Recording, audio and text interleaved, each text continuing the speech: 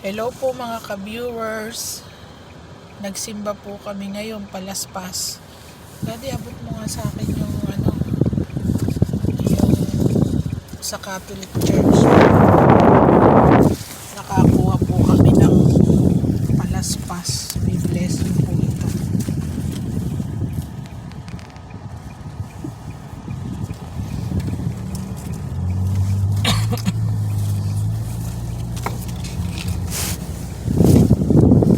Kamusta po sa inyo?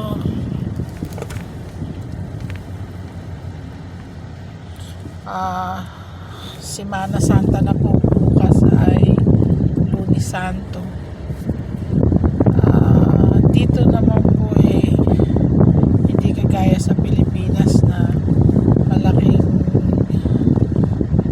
selebrasyon ng Easter, ang Pasko ng Pagkabuhay.